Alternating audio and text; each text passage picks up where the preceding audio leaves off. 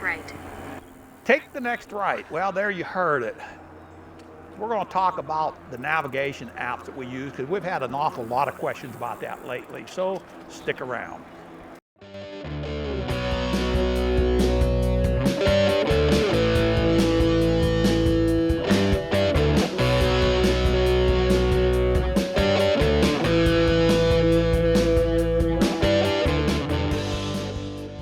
Well, hello again, Internet. Welcome back to the channel. I am out in Raleigh with the lovely, the talented Mrs. Southern E-Biking. Say hello, darling. Hello, all. And we're going to turn this down for right now a little bit. But we've gotten a lot of questions recently about the navigation app that we're using. And so I thought maybe we would address that a little bit today. And what we're going to actually address about this is, how y'all doing today? No. What we're going to address today is how we find all these neat little places on it by using this. I believe That goes to a pavilion. we're going to take a right on the road up here. And we sit down at the computer and find all these things. And what I'm going to do, I'm going to cut in a bunch of places because we specifically designed this route to go right through Raleigh, but doing it in a safe way and an interesting way. So I'm going to cut in some of the places that we've found right about here. In 140 feet, go straight. See. Then in 450 feet, go We're straight. going to go up this route right here. So we have come from our greenway straight out into Raleigh, North Carolina. Now Raleigh is not a small town. Population is almost 500,000 people. It is the capital of North Carolina. But from right here, we're close enough that we can even see the skyline of it. And yet we knew these particular roads that we're on right here were going to be safe for us to travel because we already looked at them on the computer before getting here. And we also knew we were going to be coming straight up to a street side trail right up here. At this intersection, go straight onto Little Rock Trail. And that's one of the major advantages of using some type of a navigation and building a route. You know what you're running into. They have a stop sign. We're going on to Little Rock Trail right here.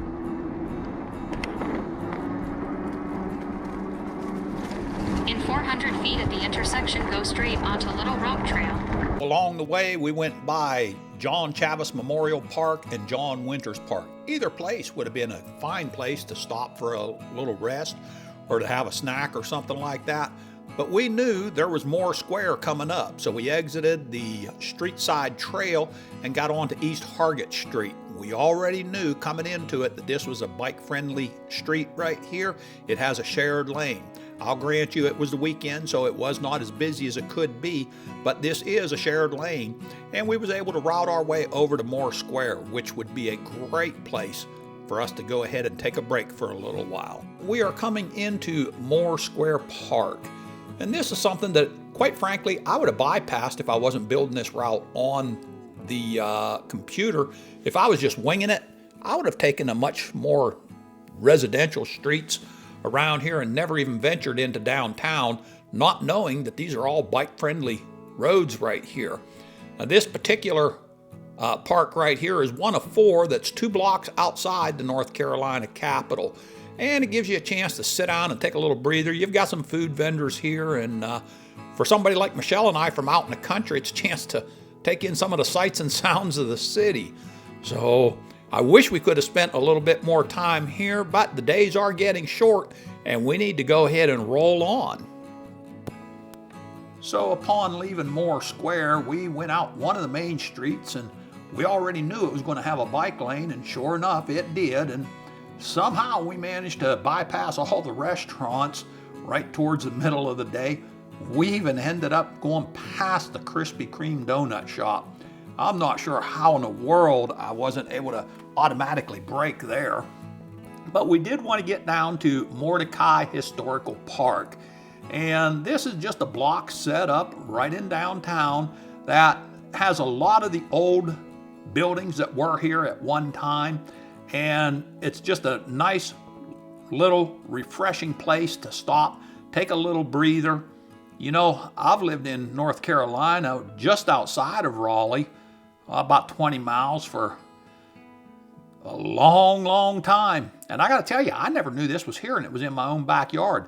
I can't imagine how we'd ever find these things when we go to these places that we've never been before.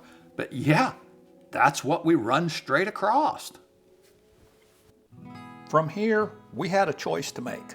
We could either follow the more major roads with a bike lane majority of the way, or we could take some residential.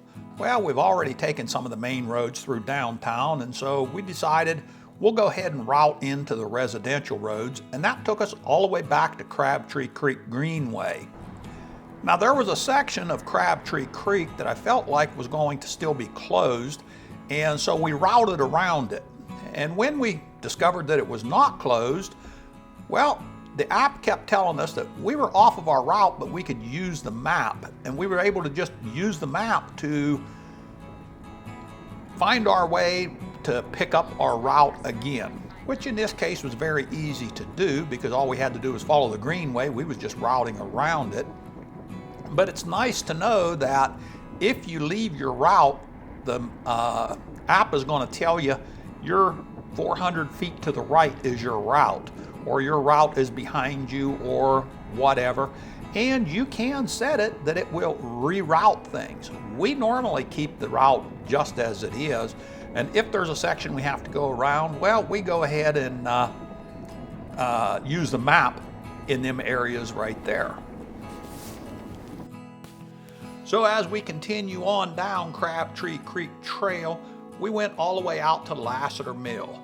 Now, I'm going to be honest, this is a place that I was aware of because Raleigh is in our backyard, but we always like to stop here just for the peace and quiet of it. It's just a nice place, and if this was a new town that we were visiting and doing an e-bike tour, this would be a must stop as far as we are concerned, which is the whole reason that we use these navigation apps. We headed back out onto the Crabtree Creek Trail, and then we hit street side trails from the north side of Raleigh all the way down to the south side. From here, we wanted to make a half-a-mile detour and go into Pullen Park. We could go in there and grab us a little drink and maybe use the restroom. And this again is a place that somewhere, a new town, I would want to go and see it. Unfortunately, we just missed the train, but we had to get back on these street side trails and get our way back to the greenways and back to our car because it was getting late. Now, this next clip, we're going to go ahead and show you how the app actually functions on your phone, a little bit of those features. And you're going to have to forgive me because I did pull the camera down a little bit to take a look at it, and I think it maybe bounced around or moved a little bit. So it's not the best film coverage, but we didn't have enough daylight left to do the whole route again to show you this. So go ahead and take a look here at how it is that these apps actually work on your phone, and then we'll go ahead and wrap up this video. Okay, so we're just about back, but I wanted to show you what the navigation screen here is like. Number one, you've got an arrow up here that you can have your map basically up as north, and you can see which way you're going, or I usually use it to where it's showing me going up the map, and it turns, and then it tells you which direction is north. Up here at the top, in 2 miles, we're going to turn on to Summit Avenue. How you doing today? Or if you click that, it comes down. Your first screen here is your current speed and your average speed that you've maintained. Your next screen is your next waypoint, is how far it is and how long it's going to be to your next waypoint. We will discuss what the waypoints are in another video.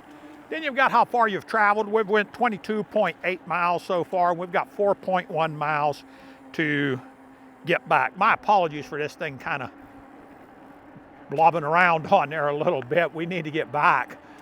So we're doing this on the fly. Your next screen is how much time you've been in motion and how much time you've got remaining on your ride.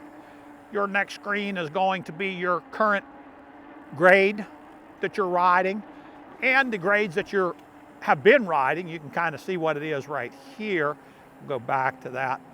You can kind of pull that up and see what kind of grades you've been riding and what kind of grades you have left. And then your next screen is how far you've ascended and how far and your current altitude. And I think that's the final screen right there. What I usually keep it on is how far we've traveled and how much we've got to go. We're at 3.88 miles left to go. You know, as you can see in this video, we specifically designed this route to go straight through Raleigh, North Carolina, and pick out some interesting places that, quite frankly, we would never know is going to be there just out exploring them. Because we might have to go, the one place we had to go like a half a mile off of our normal route to go ahead and get to a beautiful park.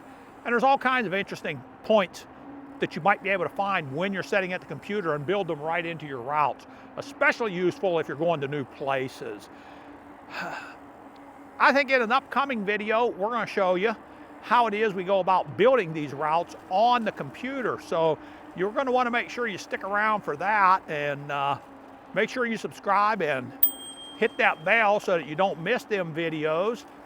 And I think that's going to wrap it up from right here in Raleigh, North Carolina. Hey, Southern e-biking, and she's not mic'd up for this portion right here, but the beautiful, lovely, talented Mrs. Southern e-biking is right here on my side where she always is.